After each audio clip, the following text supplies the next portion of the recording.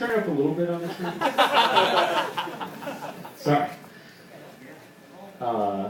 If you ever guys watch me play, I'm like constantly touching my volume because I'm like, no, that's not loud enough. That's loud enough. No, it's loud enough. Wait, no, it's not. Anyways, okay, so the workshop will be Intro to VGM Music Maker, and that was coded by Shiru. So give him respect on the forums if you're on there too, because he's pretty badass, and this is a very, very nice tracker. I was actually one of the guys who was on the forums all the time being like, someone needs to make a Genesis tracker, because there was all these other trackers. There was a TFM for a while, which worked on the Genesis, but you didn't have access to all of the stuff that was going on inside the Genesis. And I'm not going to talk about the tracker all that much, because there's a lot of stuff that you need to understand before you actually move to the tracker to use it. So anyways, yeah, let me go on. Okay, so the number one thing about the Genesis that's different than a lot of other consoles is frequency modulation. And so let's talk a little bit about frequency modulation. So here's some points here. This is some history. So John Chowning, he discovered the FM synthesis algorithm in 1967, and he's a New Jersey dude, so sorry Philadelphia. We didn't figure that one out. So he's also a percussionist and a composer. Does a lot of he's a classical percussionist, and that makes a lot of sense if you're thinking about FM, because percussion sounds rule when you're doing FM and stuff. So it makes sense that a percussionist actually figured it out. And he sold the patent to Yamaha, but you didn't really see the synths on the market until about the 80s, because the technology just hadn't caught up basically yet. And the FM synthesizers really kind of changed the sound of pop music, basically. You hear them, FM synths in Madonna, Michael Jackson, and if you're a synth nerd, you probably know who Jean-Michel Jarre is, and he's a French synth guy. He used a lot of them as well. There's countless other people who use these synthesizers too. I just love those people you guys would know. So here's another thing too. This was an ad from back in the day. Genesis does what Nintendo don't. That was the marketing campaign that you saw in all these video game magazines and stuff. And you can see they were very, right at the top here we got arcade games. So they were really trying to associate themselves with that market, with the high quality arcade gaming market. So yeah, that's basically it. I thought it was a cool ad there. So yeah, and there was a lot of competition at this time. You can read all about the console wars in the 90s between the Super Nintendo and the Genesis and everything. But what the Genesis was trying to do, it was meant to be backwards compatible with the previous system, which was the Master System, which was also an 8-bit style system. And they were trying to one-up the non-backwards compatible SNES before it came out, basically. You couldn't put your Nintendo games inside the SNES. So. And then another supposed way they were going to save money and kind of beat Nintendo at its own game was use some cheaper sound chips. You can kind of see this all throughout there. They kind of lowball the sound chip, basically, when they're kind of putting out things. So it doesn't have as many options and things that the Super Nintendo had. The Super Nintendo was much like the Amiga. It was a multi-track sample player, which means basically you did everything with samples on the Super Nintendo, and that was mainly like the Amiga, so they were trying to get something that sounded more realistic at that time.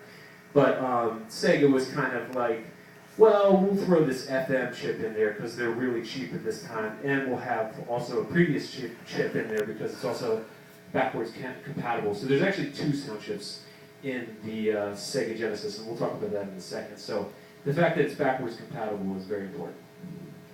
So, and if you think about the lineage of sound chips in arcade machines, you can kind of see them turning away from analog square wave producing style chips, 8-bit chips and everything, and to frequency modulation and wavetable synths, and then sample playback, then real music. All with the aims of becoming more like real music, which we don't really care about here, but everybody in the industry was very fixated on that at that point. So, So the same thing sort of happened slightly later with the home consoles and personal computers.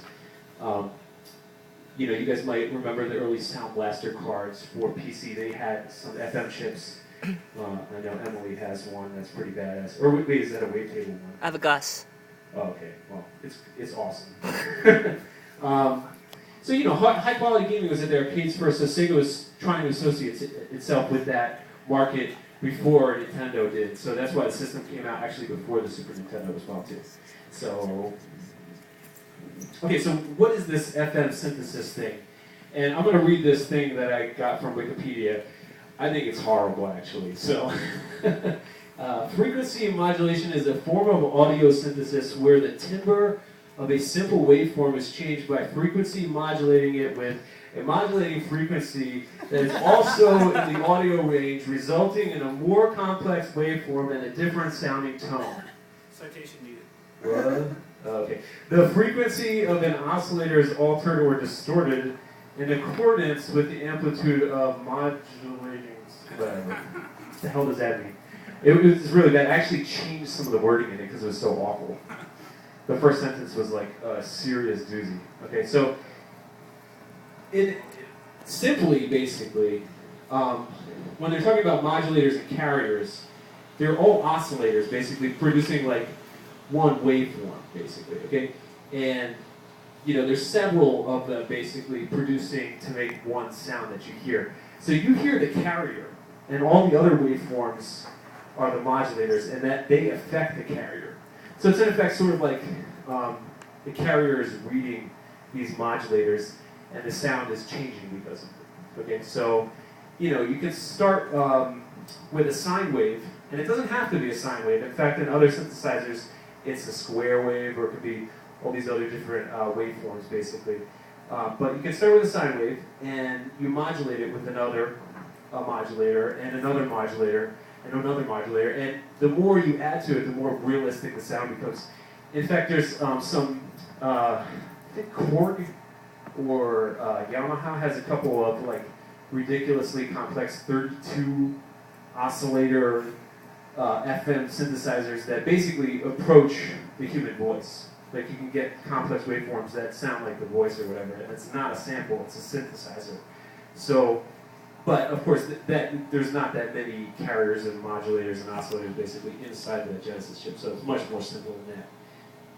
So you guys understand that? Okay, so this is sort of like, this is something I found on the internet, and it's actually pretty good at explaining it. Just look at the left side here, right? The carrier is the one that well, the result is what you'll hear, basically. But here's like the original waveform, the carrier. And then you have this modulator here, and basically this is changing the waveform. And you can see when it dips down, this kind of changes a bit here. Can you guys see that? So, you know, it's basically like this plus this. You get this kind of thing. Really, we're hearing this, and it's reading the modulator. And then you get this. So that, I don't think that's too hard of a concept to understand. You guys get that? Okay, cool. All right. And, you know, same things over here, basically. It's adding these two together, and then you get something that's a little bit more spiked or a little bit dense. Are these like slightly out of phase or something? Yes. Okay. So you can't have no carrier in FM, or else you would not hear anything. So sorry, Don. Wow, sorry if we get more like laughter from that. Is Don here? Don's not here. So yeah, Genesis, you looking good there. Yeah, all right. I want to feel it from the inside. Yeah, all right. Here's some schematics. Okay, so we have the YM2612, and then this thing is the Z80 that's also in it. I'll talk about that later. There's actually a sound chip like in this whole thing here, basically. And then this is, of course, the FM synthesizer that we were just sort of talking about. That's inside the Genesis. Okay, so yeah, we got two sound chips. So since the Genesis was backwards compatible with the 8-bit Sega Master System, there's a Texas Instruments SN76489 chip in there. It's just an 8-bit chip, basically. The Yamaha 2612 is in there, and both chips could be used in tandem for 10 channels of audio. And that's 2 more channels than the Super Nintendo had, yeah. Although all the channels themselves were much more limited, basically, than the Super Nintendo. Sorry, yeah, I know it sounds like I have a little bit of Super Nintendo envy or something like that, but I think that's how, like, I was a Genesis kid. I didn't have a Super Nintendo, so I was always like telling my friends, I was like, no, it's so much better. Dude, that Super Nintendo sucks. Whatever.